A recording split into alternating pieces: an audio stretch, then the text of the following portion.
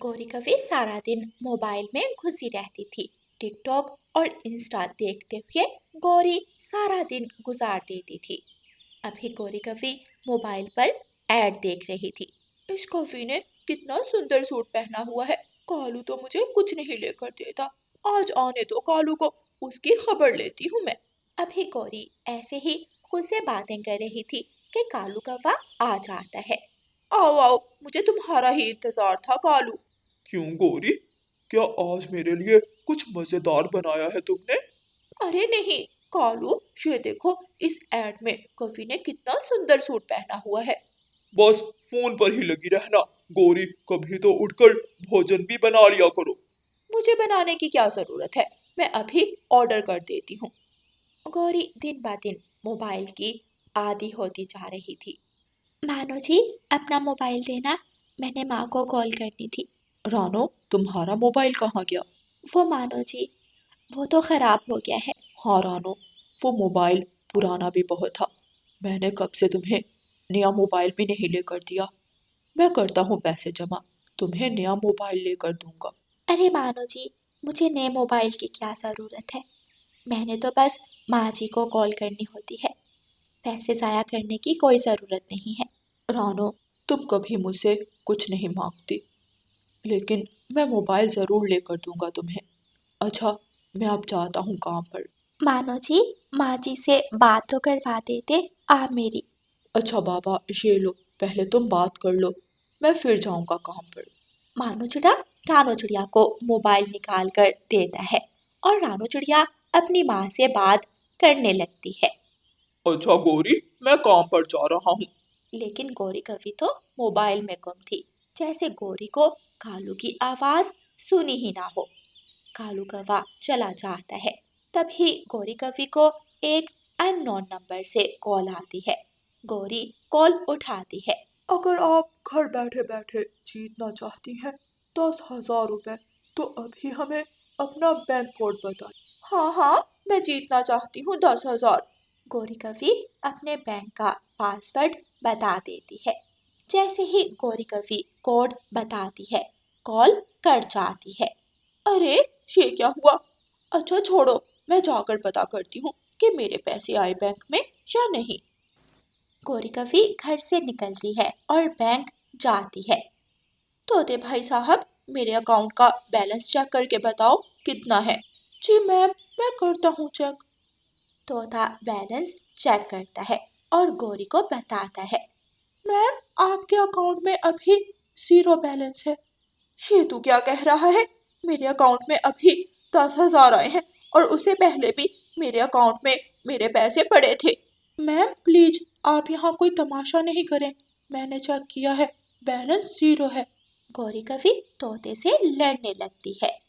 वहाँ कबूतर भी आया हुआ था। क्या बात है गौरी बहन, आप ऐसे क्यों लड़ रही हैं? ये तोता मुझे बेवकूफ बना रहा है। फिर गौरी कबूतर को सारी बात बताती है। गौरी बहन, ये तोता आपको बेवकूफ नहीं बना रहा, बल्कि उस पक्षी ने बेवकूफ बनाया है। ऐसे अगर 10,000 मिल जाए घर बैठे, तो किसी पक्षी को काम करने की कोई जरूरत ही ना होती। गौरी कवि बहुत उदास हो जाती है। गौरी कवि घर वापस आ जाती है। शाम हो चुकी थी। कालू कौवा भी घर आ जाता है। फिर से वही शक्ल और वही मोबाइल में गुम। यकीनन आज फिर तुमने कुछ नहीं बनाया होगा। कालू, मुझे तंग नहीं करो, आज मैं बहुत परेशान हूँ। सुबह हो जाती है। मैं जा रहा हूँ काम पर। अच्छा कालू जी, अपना ख्याल रखना। शुक्र है ऊपर वाले का, मुझे मेरी बात का जवाब मिल गया। कालू काम के लिए निकल जाता है। रास्ते में कालू कौवे को पिंकी कवि मिल जाती है। कैसे हो कालू? आज तो बहुत सुंदर लग रहे हो। ओहो पिंकी, तुम भी ना। ये गोरी तो हर समय फोन में घुसी रहती है, इससे अच्छी तो ये पिंकी है, मेरा हाल चाल तो पूछती है। और बताओ, तुम तो अब बहुत कम ही मिलते हो। ऐसे पिंकी और कालू कौवा दोनों हंस हंस कर बातें करने लग जाते हैं। रानो चिड़िया वहां से गुजरती है और सब देख लेती है और पिंकी और कालू की बातें सुन लेती है। कालू भैया को ऐसे गौरी बहन को धोखा नहीं देना चाहिए। मुझे गौरी बहन से इस बारे में बात करनी चाहिए। रानो चिड़िया गौरी कवि के घर जा रही थी कि रास्ते में रानो चिड़िया को कबूतर मिल जाता है। कैसी हैं आप रानो बहन? मैं अच्छी हूँ कबूतर भैया। आप कहाँ जा रही थी? कबूतर भैया, मैं गौरी बहन के घर जा रही थी। अच्छा, बेचारी गौरी बहन, बहुत बुरा हुआ है उसके साथ। क्या मतलब कबूतर भैया? आपको नहीं पता क्या? फिर कबूतर बैंक वाली सारी बात रानो चिड़िया को बताता है। मुझे गौरी बहन से ऐसी बेवकूफ़ी की बिल्कुल उम्मीद नहीं थी। मैं उनके घर तो जा रही थी, मैं उनको समझा कर आऊँगी। अच्छा कबूतर भैया, अब मैं चलती हूँ। रानो चिड़िया गौरी कवि के घर चली जाती है। आओ रानो, कैसी हो?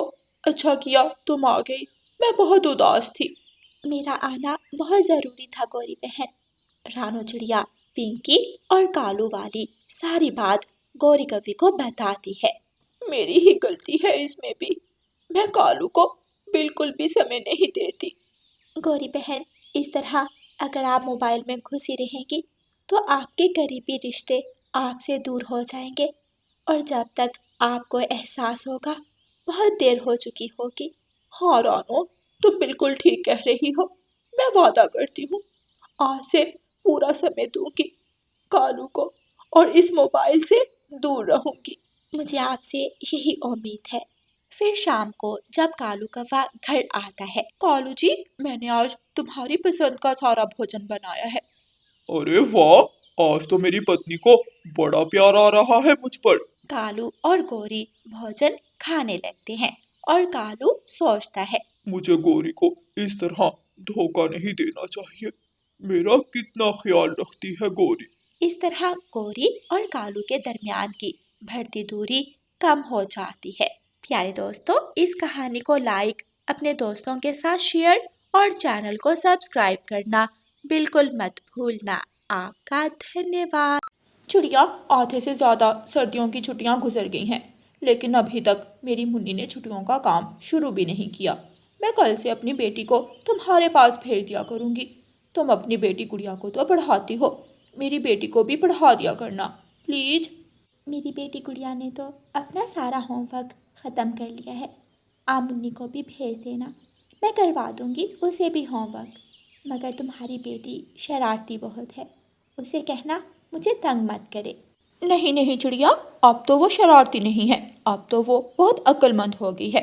देखना, तुम्हें बिल्कुल भी तंग नहीं करेगी। फिर दोनों गौरी और रानो चिड़िया अपने अपने घर चली जाती हैं। चलो मुन्नी बेटी, अपना बैग उठाओ और रानू आंटी के पास पढ़ने जाओ। मैंने रानू आंटी से बात कर ली है। मम्मा, मुझे पढ़ना नहीं पसंद, मैं खेलने जाना चाहती हूँ। चुपचाप अपना बैग उठाओ, बाद में खेलेना, पहले पढ़ने जाओ। किसी भी तरह गौरी कवि अपनी बेटी मुन्नी को रानू चिड़िया के पास पढ़ने भेज देती है। यहाँ बैठ जाओ मुन्नी बेटी, अपनी नोटबुक खोलो और अपना होमवर्क करना शुरू करो, मैं बाद में आकर चेक करती हूँ। रानू चिड़िया रसोई में चली जाती है। मुन्नी अपनी नोटबुक खोलती है। मुन्नी, तुमने तो अभी तक एक बुक का भी काम नहीं किया। चलो पहले काम कर लो, फिर बाद में हम खेलेंगे। गुड़िया मेरी बहन, मेरी एक बुक का काम तुम कर दो, ऐसे काम जल्दी हो जाएगा। रानू चिड़िया रसोई से आती है। मुन्नी, तुमने आते ही चीटिंग शुरू कर दी, अपना काम खुद करो। मुन्नी अपनी नोटबुक और पेंसिल लेकर बैठ जाती है। गुड़िया बेटी, मैं खेत से सब्जियां तोड़ कर लाती हूँ, आप मुन्नी के पास बैठो और जहाँ इसे समझ ना आए वहाँ इसे थोड़ा सा समझा देना। रानू चिड़िया अपने खेत की तरफ चली जाती है।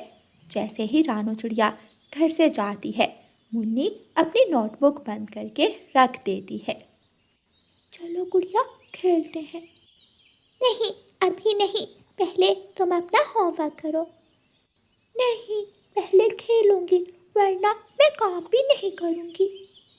अच्छा ठीक है, पहले खेल लेते हैं, लेकिन वादा करो तुम बाद में अपना काम करोगी। हाँ हाँ, वादा। लेकिन मुन्नी, हम खेलें क्या? छुपन छुपाई खेलते हैं, पहले तुम बारी दो और मैं छुपती हूँ। ठीक है, तुम घर के अंदर ही छुपना। गुड़िया बाहर चली जाती है और मुन्नी जल्दी से रसोई में चली जाती है। जब तक गुड़िया बाहर है, मैं रानू आंटी की फ्रिज से कुछ निकाल कर खा लेती हूँ। मुन्नी फ्रिज खोलती है और अंदर से 2 मीठे फल निकाल कर खा लेती है और फिर जल्दी से फ्रिज बंद करके उसके पीछे छुप जाती है।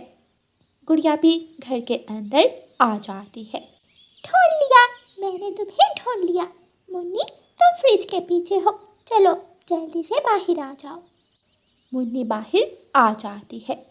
अच्छा गुड़िया, अब मैं घर जा रही हूँ। मुन्नी, लेकिन तुमने तो अभी अपना काम नहीं किया। मैं घर जाकर कर लूँगी, अभी मैंने घर जाकर भोजन खाना है। मुन्नी अपना बैग उठाती है और वापस अपने घर चली जाती है। थोड़ी देर बाद रानू चिड़िया भी सब्जियां लेकर वापस आ जाती है। अरे, मुन्नी कहाँ चली गई? मम्मा, वो भोजन करने घर चली गई है। मुझे पता है, उसने अभी एक भी बुक का काम शुरू नहीं किया होगा। रानू चिड़िया रसोई में जाती है और अपनी फ्रिज खोलती है तो फ्रिज में मीठे फल नहीं थे। गुड़िया, गुड़िया बेटी, जरा इधर तो आना। जी मम्मा, क्या हुआ? क्या आपने मीठे फल फ्रिज से निकाल कर खाए हैं?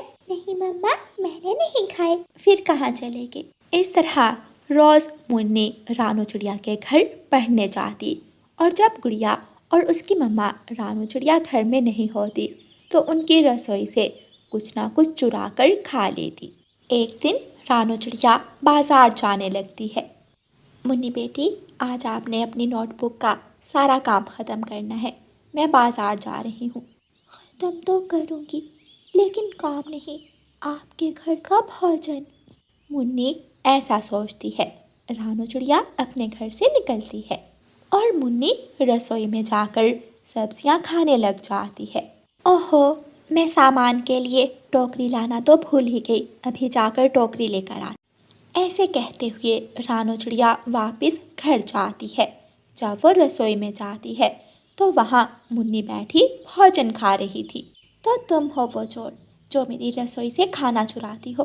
तुम्हें शर्म नहीं आती? अभी छोटी हो और अभी से चोरियाँ शुरू कर दी। वो मुझे भूख लग रही थी। तो मुझसे मांग भी सकती थी। जाओ, निकल जाओ मेरे घर से।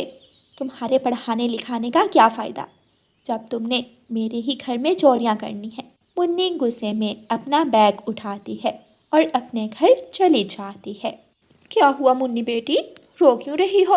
मम्मा, मुझे रानू आंटी ने बहुत डांटा। मुझे भूख लगी थी तो मैंने बस एक सूखा दाना उठाकर खा लिया। उस पर मुझे इतनी डांट पड़ी और मुझे घर से निकाल दिया। उस छोटी कमजोर चिड़िया की इतनी हिम्मत कि मेरी बेटी को डांटे। तुम चिंता मत करो, मैं अभी उसकी खबर लेती हूँ। गौरी कवि गुस्से में रानू चिड़िया के घर जाती है। ओए रानू की बच्ची, जल्दी जल्दी बाहर आओ। रानू चिड़िया बाहर आती है। क्या बात है गौरी, क्यों शोर मचा रही हो? तुम्हें शर्म नहीं आई मेरी बेटी को डांटते हुए? मैं चुप हूँ इसलिए बड़े पर निकल आए हैं तेरे। ये मत भूलो, मैं इन परों को काट दूंगी। क्या फजूल बोल रही हो? तुम्हारी बेटी को चोरी करते हुए पकड़ा है। बजाय इसके तुम अपनी बेटी को समझाओ, तुम मुझ पर ही गुस्सा करने लग गई हो। मेरी बेटी का कोई कसूर नहीं है। आइंदा अगर मेरी बेटी को डांटा तो मैं तुझे और तेरी बेटी को छोड़ूंगी नहीं। इस तरह गौरी कवि अपनी बेटी को कभी ना समझाती, हमेशा दूसरों पर गुस्सा करती। समय गुजरता गया, सब छोटे पक्षी पढ़ते रहे, आगे बढ़ते रहे, लेकिन गौरी की बेटी मुन्नी हर क्लास में फेल होती रही और ना ही कभी गौरी ने अपनी बेटी को एक अच्छा पक्षी बनाने के लिए कोशिश की। ऐसे ही कुछ साल गुजर जाते हैं। सभी छोटे पक्षी बड़े हो चुके थे। रानू चिड़िया की बेटी गुड़िया पढ़ लिख कर एक डॉक्टर बन चुकी थी और सब पक्षी रानू चिड़िया की तारीफ करते थे। वहीं दूसरी तरफ मुन्नी हर समय बस मोबाइल फ़ोन चलाती और कभी भी अपनी माँ की किसी काम में मदद नहीं करती। मुन्नी, मुन्नी बेटी, ठंड बहुत ज़्यादा है, जाओ मुझे कुछ लकड़ियाँ ला दो, मैं आग जला लूँ। जाओ मेरी बेटी। माँ, आपके पंखों पर मेहंदी लगी है, आप खुद चली जाओ। बेटी, मैं बूढ़ी जान कैसे लकड़ियाँ ला सकती हूँ, जाओ तुम ला दो। अच्छी भली तो हो तुम, बस बूढ़े होने का नाटक कर रही हो। मैं नहीं जा रही, मैं तो अपना मोबाइल चलाऊंगी। मुन्नी अपनी माँ की कोई बात ना मानती। बेचारी बूढ़ी गौरी को सारे काम खुद करने पड़ते थे। गौरी कवि की आंखों में आंसू थे। वो बहुत पछताती है। अब उसे समझ आ गया था कि अगर बचपन में ही वो मुन्नी के हर गलत काम पर उसे डांटती और अच्छे काम करने के लिए समझाती, तो आज मुन्नी भी गुड़िया की तरह एक कामयाब पक्षी होती। प्यारे दोस्तों, इस कहानी को लाइक, अपने दोस्तों के साथ शेयर और चैनल को सब्सक्राइब करना बिल्कुल मत भूलना। आपका धन्यवाद।